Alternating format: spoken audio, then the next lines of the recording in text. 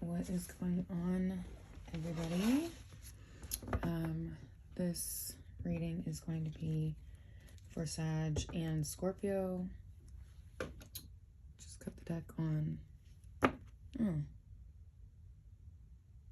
I know Page of Cups is Pisces. Water. Wheel of Fortune is very Sag. Also, Jupiter rules Pisces and Sag. So there might be something to that. It was random. It just caught my attention. But let's see. Okay, so I'm using this deck. I haven't used this deck in forever. As I was saging and just getting ready to do the reading, I started getting a lot of messages to share that were not, that they may be in conjunction with the reading, they may not, I don't know. We'll find out. But there was like a heavy emphasis on, if you have a spiritual gift or a talent, or you have some sort of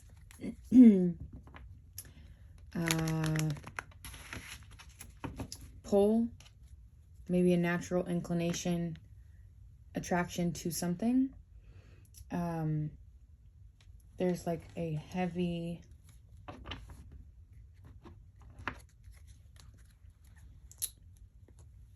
what's the word that I just used? It just left me. That was so crazy. Emphasis on practicing that consistently, routinely, because in the moments where you are in the dark or may feel lost and confused, crazy shuffling the other deck, and I cut on the Moon and Seven of Cups, which is about shadows, fears, illusions, confusion, options, temptation, the subconscious, also Pisces and Scorpio energy. So there's something popping up. Yeah. Something about Pisces, Sag, Scorpio right now. You could have those all three heavy placed in your chart. You could have maybe one or two.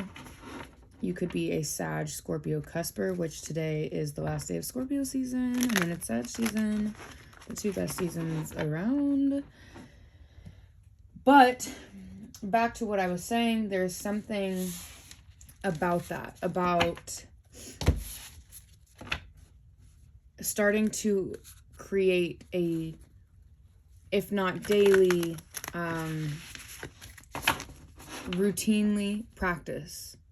routinely practicing your skills, routinely learning, sharpening the tool, because it will better equip you and help you in the darker hours.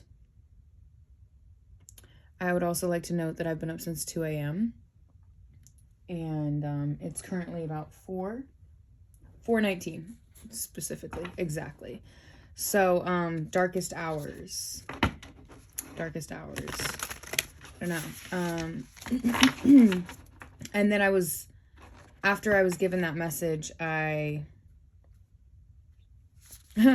Dream Thief, refusal of the call, Winter's Dream, gestation period.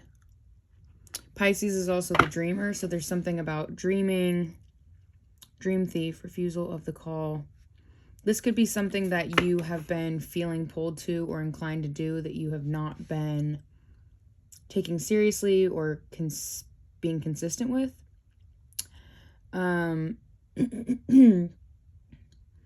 Also, you may be in a period of like isolation.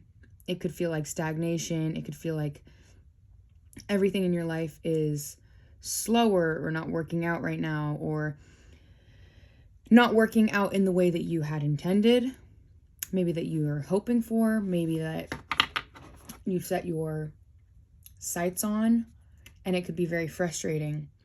Part of that could be, I don't know what these cards. If they come out in the reading, I'll go and I'll read the booklet.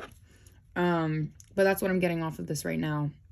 Just as I cut, that whatever you're trying to manifest or whatever your desires are in your mind, there's something greater for you. Something that is outside of your wildest dreams, and not leaning into, I'm going to say, the call right now, not allowing yourself to fall in, to dive in, to deep dive. I'm seeing the Hangman right now, the suspension, but the deep dive. Pisces loves to dive to the depths of the ocean and the sky, right? Heavy Piscean energy here.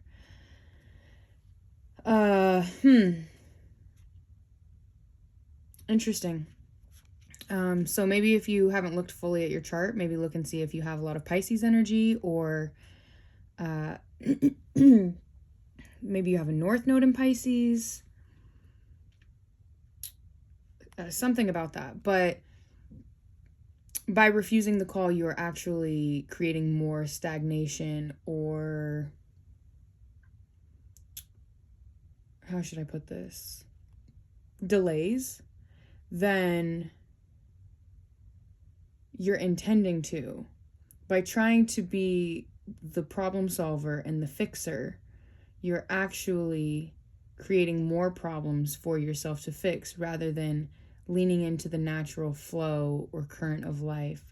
So there's something that has probably been calling you. It's been guiding you. It could be whispers. It could be getting louder, but it's going to continue to get louder and louder until you answer the call. And if you've been waking up in the middle of the night, I think that's also very interesting, because I was just saying, by the way, I have been up since 2 a.m. Haven't slept much that late, haven't slept that much lately. And there was a night about a week ago that I woke up and I heard, go do a reading. And I was like, no, I'm fucking tired and I have to get up at 5 or 6 that day. I'm not going to go do a reading at 2, 3 a.m. And it happened again today, and I fell back asleep around 1, woke up at 2. I heard do a reading, and I thought, I'm going to try to go back to sleep because I will be getting up at 4 anyways. And that's when I intended to come do a reading. But if it's that important, I won't be able to get back to sleep. And what do you know? Was not able to get back to sleep. So I say that because, sorry, now we're 8 minutes in. Oh my God, I'm blabbing away. Let's see what other decks I may need. Sorry. Normally I would pre-shuffle more of them. What's this? Oh, we'll use this. Ooh, what is this one? I think I've only used this like one time. Normally I would do more of this beforehand, but I just got pulled. I was just pulled and it was just time, and there's that. So, anywho, where I was going with this is, no, I'm feeling this one.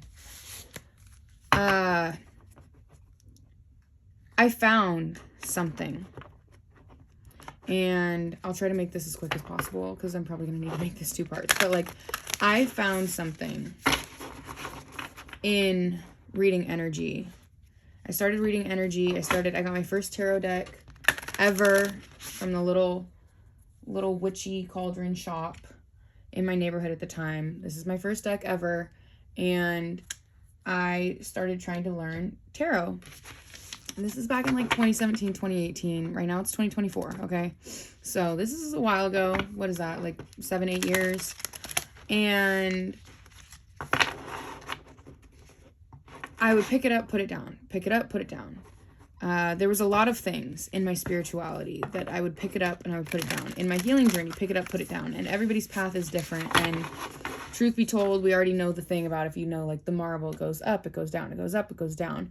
It's going to get further than if it just stays consistently rolling at a steady pace. But there's a message in this for some reason, and I'm not quite sure what or why, but I was guided to share that it was at the point that I decided, you know what, I'm all in on me. I'm all in on me. I'm all in on me, and there is nothing that anyone or anything can do to distract or deter me from that.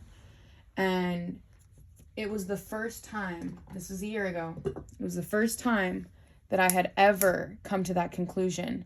And I realized it was because there was a lot of fear and there was a lot of limiting beliefs around, you know, being all in on me.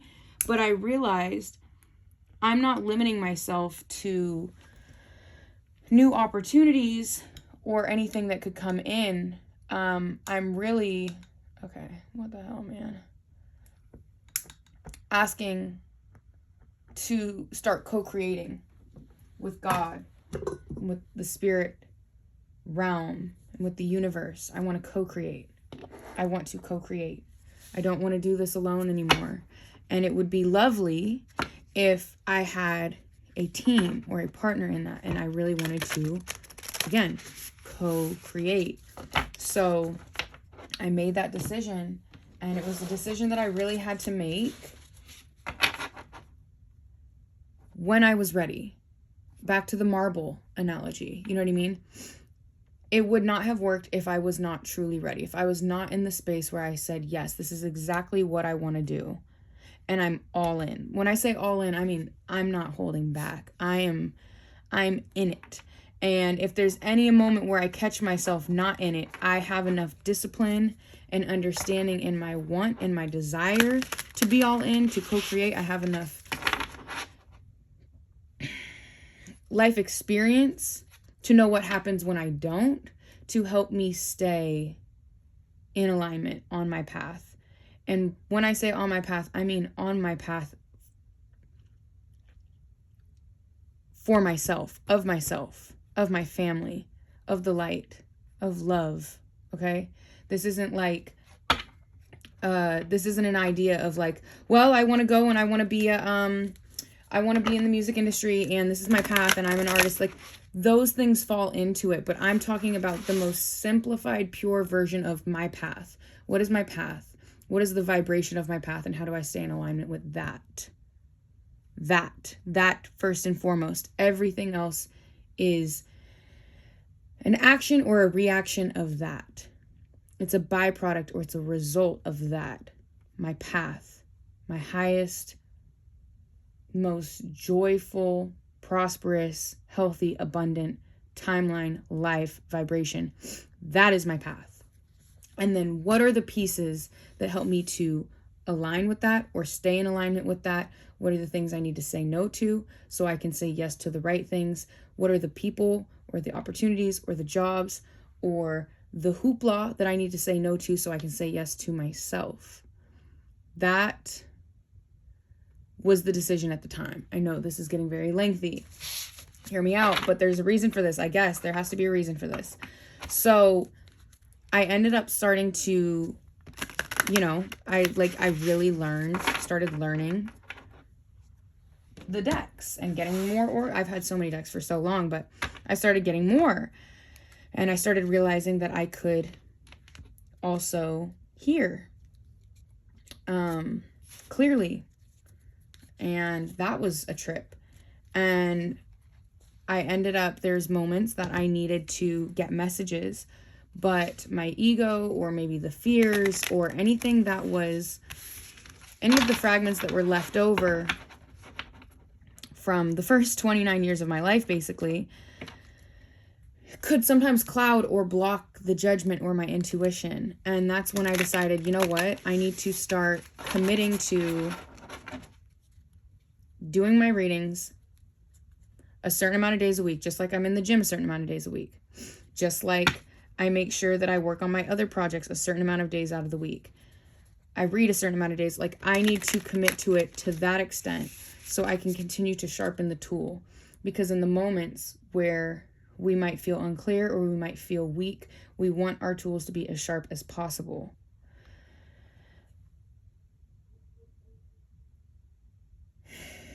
We want our tools to be as sharp as possible. So I made the commitment. Okay, I will do one reading, specifically one reading a week. I'll commit to it. I made a YouTube page specifically for this, just to hold myself accountable, not because I like see myself like doing that, you know what I mean? But like, because I needed something that I could track, something to help me hold myself accountable. And guess what? Making that commitment to myself, I set up a cute little corner in this office, this back room. I set out all my decks. I have it set up so I can come in here, and at least one day out of the week I will do that. And the other 5 or 6, I will come and do my own. And sometimes I might only get 3 or 4 in total. 1 on for the page, right? And then 2 or 3 for myself. But it's helping me stay consistent and in the routine. And in that, I'm also continuously learning and strengthening and sharpening the tool. And I get inspired to ask a different question, which I may not clearly hear the answer the way that I would want to. So then I deep dive and I do research. What does this card mean in depth? Or if it comes out as an answer for this question or under this intention, what does it mean? Deep dive. And it has really helped. I'm sorry, I'm blabbing the fuck away, but it has really helped me to start to refine my tools.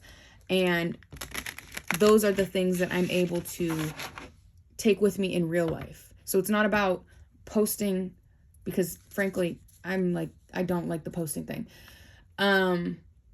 It's about sharpening the tool and really getting ready for like what life has in store.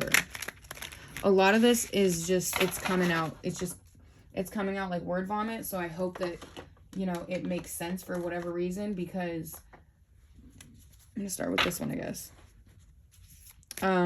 There's something about that, I guess.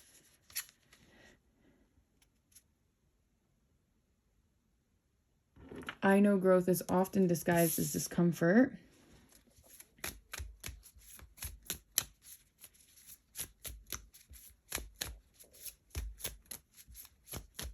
What is the message for Sag and Scorpio? The little cuspy babies. Anybody that's got half and half, such as myself, or 3. Okay, so Sag. Nice. I am grounded and centered. Then we have, I'm the guardian of my happiness. So there's something that is calling you to ground your energy and possibly feel through life more rather than think through life more. Maybe your mind and your ego needs to take the back seat. And it's important that you start to feel and allow the feminine energy to manifest itself or guide you throughout your life in a more balanced way. Maybe this is something that you've been suppressing. Maybe if you're a Sagittarius, maybe you're a control freak, or Scorpio for that matter. Maybe you're a control freak. Maybe you want to take action. You want to take charge. Mars, very action oriented. Pluto and control. Pluto, control.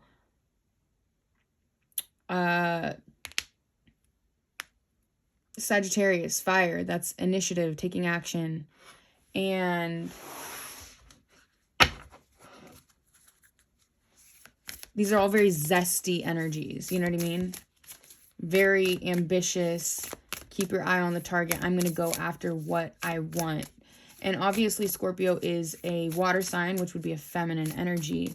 But it does have Mars is, I want to say a masculine planet. I actually don't know that for sure, but Mars, because Mars also rules Leo, am I correct? See, and this is what I'm talking about. This would be a moment where I would look that up just so I can be double sure. I don't know. Just a moment.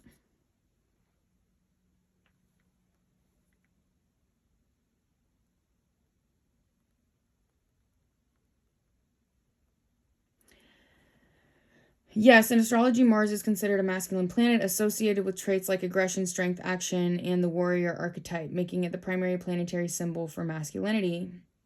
The symbol for Mars is often linked to the male gender symbol, further reinforcing... Yeah, oh yeah, because Mars and Venus. See? You see what I'm saying?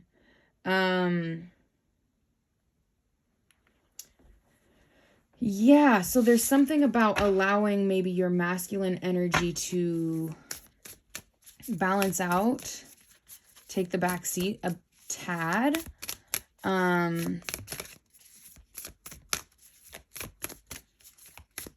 And feel your way through things. Feel your way through because there's a message that wants to come in, or there's an opportunity that wants to come in, but it's the simple act of action itself, when it doesn't require action, that is blocking it. So it's something as simple, it's a fine-tuned tweak that's as simple as allowing your energy to rest, relax, rejuvenate, so you can receive, because the feminine energy is receptive. And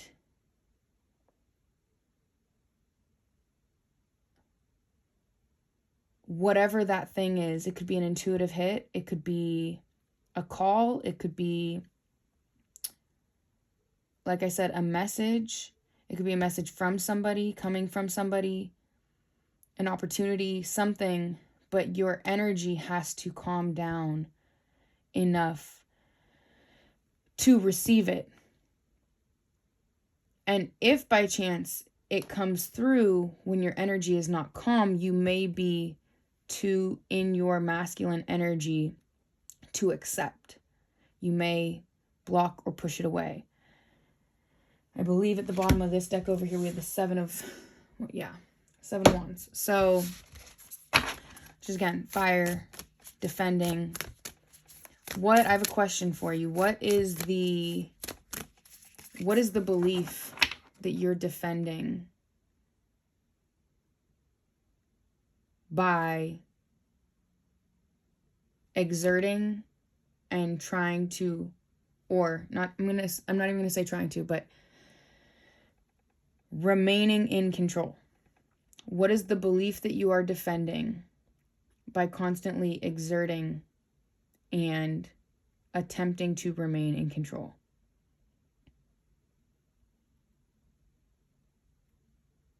I don't know what that means. What is the belief that you are defending? That could be a journaling prompt.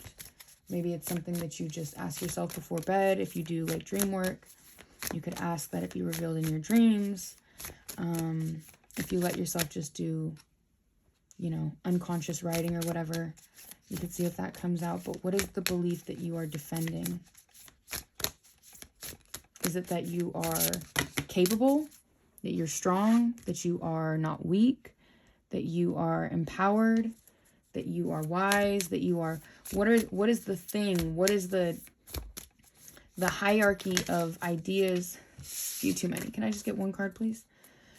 What is the hierarchy of ideas, beliefs that you feel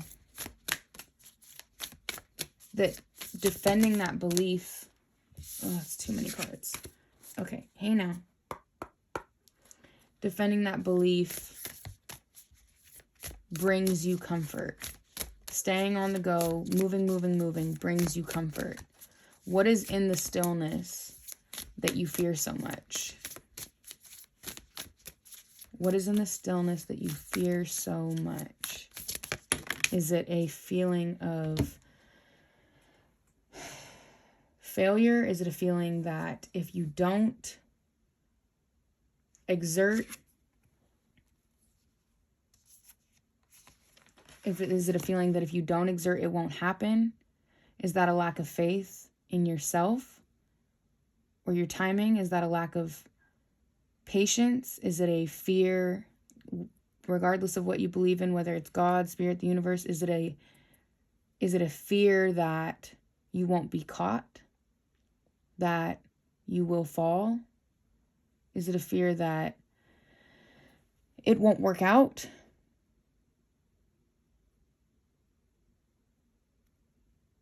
Is it a fear that you will be rejected, that you won't be good enough, that people may not like you, they may not accept you if you don't have fill in the blank, if you don't appear to be fill in the blank, if you don't have all your shit together, frankly, fill in the blank. Feeling good will bring me far more than whatever I thought I needed. And when I'm in a state of appreciation, I'm in a vibrational alignment with my true nature.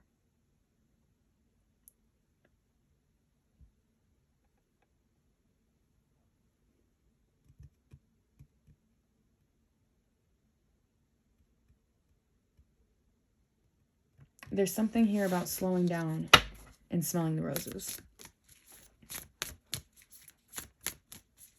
I'm going to move on from this deck, actually. Let's see. I also was guided to use this deck again, which is the deck that... So, 5 of Cups, 7 of Swords. This is the deck that I got to start just learning the basics. And I stopped using it once I had learned because there's writing on it. And I noticed that I gravitate towards the writing rather than allowing the message to be channeled through me or hearing. And I need silence to be able to hear clearly, which is different than... I don't know why I'm sharing this, so maybe this is relevant. Which is different than just allowing like God to speak through me, like a clear verbal channel. It's different doing that versus sitting in silence and hearing the message. So I stopped using this deck so I could stop fixating on the writing.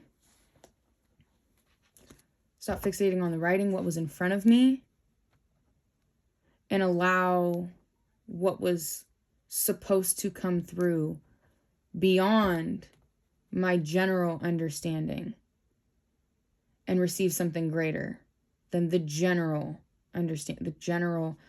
there's something strong here about receiving. Something about receiving. You may be waiting to receive something. Good news. You could be hoping for something. You could be waiting for a period to end, but there's something about that. Now, I was guided recently. Spirit, what is this about, please? I was guided recently to get cards that had all of the signs on them for some reason. Like if you notice this one, it has, it says Saturn, but it has the Saturn planet. It has all of this stuff, okay? So for some reason, I don't know, that's just, it kept popping out to me. And I remembered before I ordered a new deck that had that I had this deck. So I'm back to using them. I would consider these like my training wheels. Back to basics. Back to the basics. And there's something about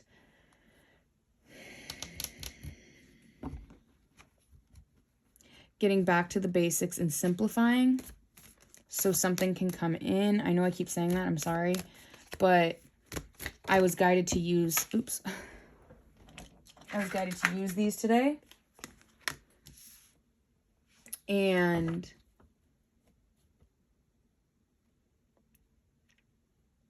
there's something about the signs. Like even when I was shuffling the first thing, I was pulled to the signs. I keep getting pulled to that. There's something specific about the signs on the card. Because obviously we know wands are fire. The water, the cups is water, etc., etc. But there's something specific. And this could just be for me, so sorry. But this could also be asking you to pay closer attention to detail. There's something specific about the information that is within the information. Maybe reading between the lines, maybe seeing things clearly. Tell me what this is about, please, Spirit.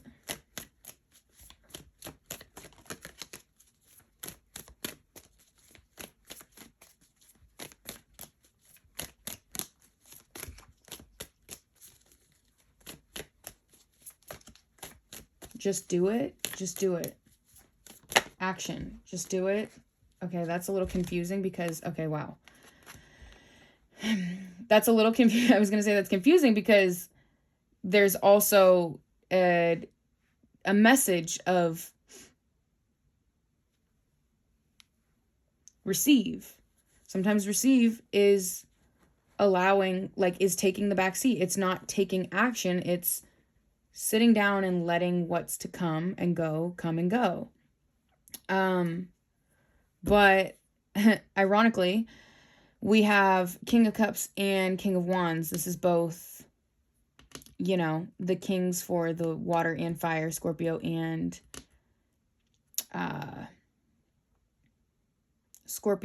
Sag. There's something about trusting and balancing. Oh, wow. I just saw this crazy. Something about trusting and balancing the masculine and the feminine side of every element within you. Okay. I'm going to try to, the way that I'm seeing it right now, I'm going to try to explain it. Like, we obviously have in every quadrant, every element, there's a masculine and a feminine. There's a King of Cups, there's a Queen of Cups. Now, if we were doing a general reading and you were a water sign female, you may be coming up as the Queen of Cups. You could be a male and you could be a divine feminine, okay? But you would still, then you could be coming up as the Queen of Cups as well. Or you could be coming up as the King of Cups. But we both have masculine and feminine within us, right? We know this. We attribute, I don't know where the fuck this is going. We attribute to the fire and the air to the masculine, right? But that doesn't mean that there is not still a masculine part of water. Obviously, we can see that here. Where I just saw this, and I hope that this makes sense, going is like every element that you have, learning to balance and master both the masculine and feminine of that element. So knowing exactly when and how to deploy the masculine version of the air energy or the feminine version of the air energy. The Queen of Swords. I'll listen, right? That would be receptive. I will listen, but I'm not taking no shit. I'm not taking no shit. That's the masculine side of it. It's the masculine within the feminine. Whereas the King of Cups is the masculine in the feminine, whereas the Queen of Swords would be the feminine in the masculine. Does that make sense? I hope that makes sense. Like, there's a yin and there's a yang to everything. And so some sort of overthinking maybe or lack of clarity could be the masculine or the feminine part of the